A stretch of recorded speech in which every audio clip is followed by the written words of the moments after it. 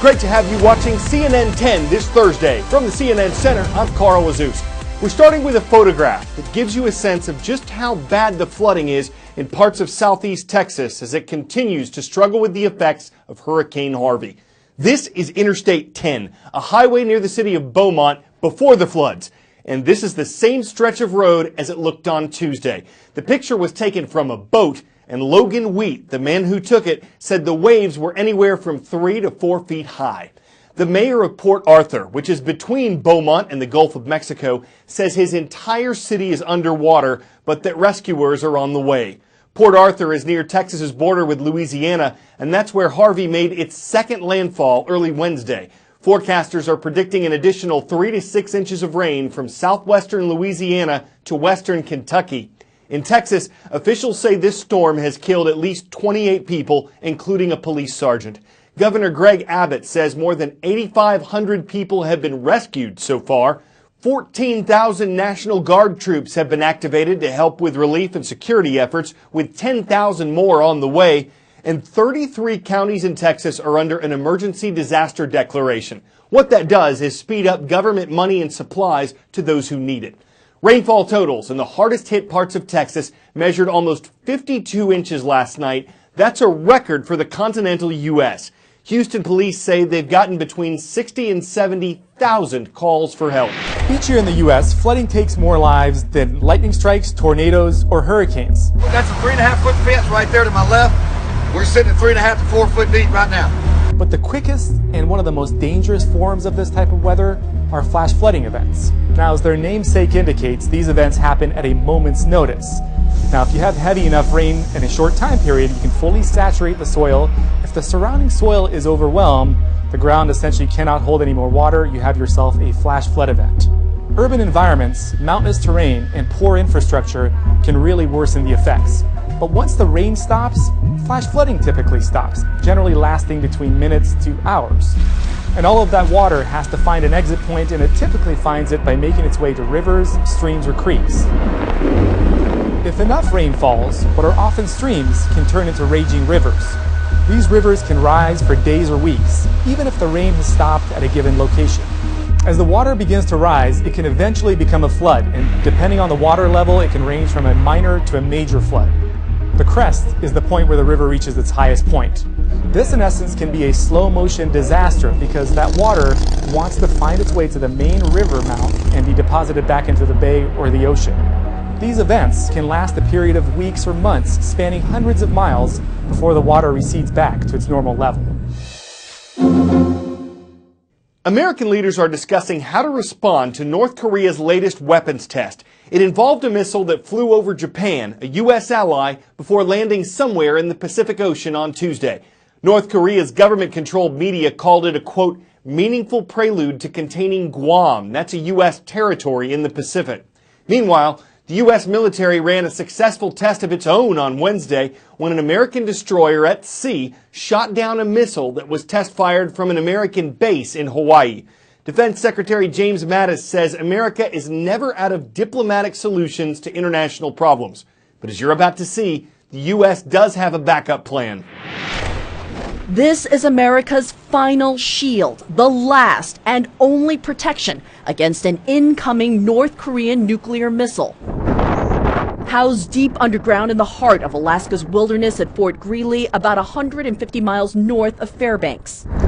The heavily armed 49th Missile Defense Battalion secures 38 missile silos, dotting a landscape frigid even in late summer, the tip barely revealing what lies beneath. We're allowed rare access to bring you up close to America's ground-based missile interceptors, or GBIs. This is what will be launched here out of Fort Greely to intercept any threat that's coming into the defended homeland. The key piece of equipment is right here. The kill vehicle is right there towards the top. The kill vehicle, to take down any potential intercontinental ballistic missile coming to the U.S., including from North Korea, which the U.S. could face in the future. Here's how it works. North Korea launches. Impact location is Los Angeles. We are engaging this threat at this time. Instantly activating a secured room in Fort Greely. What you're seeing now is a drill, declassified. so we can show you generally how the ground-based interceptors work to protect the U.S. Roger. As the alarms would go off, what you'd see is those white shells that you see behind us would separate extremely quickly, and then immediately you'd see a flash of flame as that GBI would leave the tube at a really incredible rate of speed. Outside the Earth's atmosphere in space, if it works, the interceptor kills the incoming nuclear weapon. We train to shoot a bullet at a bullet and destroy it so it doesn't destroy us. Have the drills this year taken on a new meaning? What that does is that just makes it more real for us, because now I've got a leader of a foreign country who says, I'm going to take my missile and I'm going to kill your citizens with it. What kind of confidence do you have if North Korea launches a missile that the system will work? I have 100% confidence this system will work.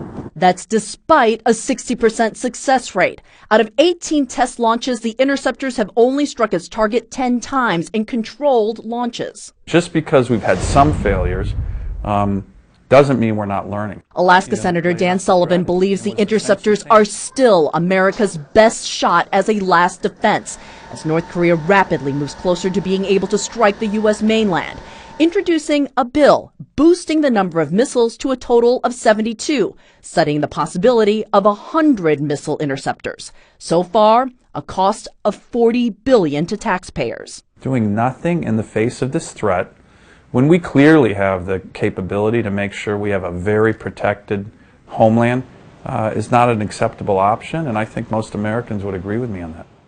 So what about the argument that North Korea will never actually fire a missile, that this is just for it to gain a bargaining chip? Well, Senator Sullivan says the flaw in that thinking is that it assumes that Kim Jong-un is rational.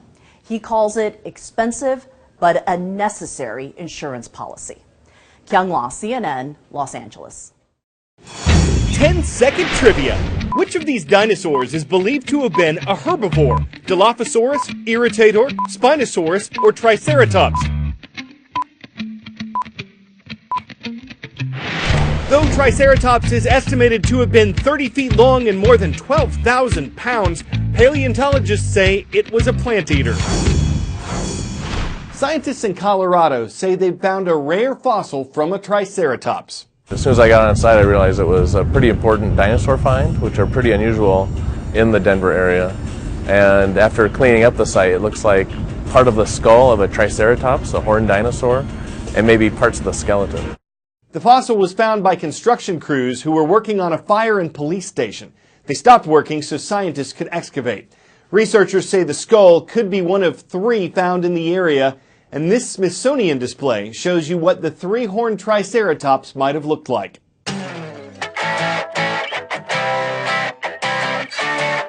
A U.S. pizza company and a car maker have teamed up on a project to deliver pizzas without a pizza delivery person. Once ordered, the pie would be baked and loaded onto a self-driving car that also has an oven. Once it arrives at your home, you'd go out, enter a code, and get your pizza.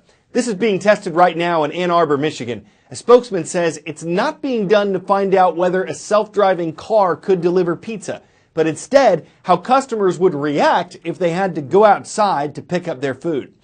It's certainly food for thought, but what would be the tipping point? If it brought the wrong order, you could tell it to get in gear, you could say hit the road, Jack, but while it might be stalled, it wouldn't be sorry. Guess that's a pizza information the company's hoping this will deliver.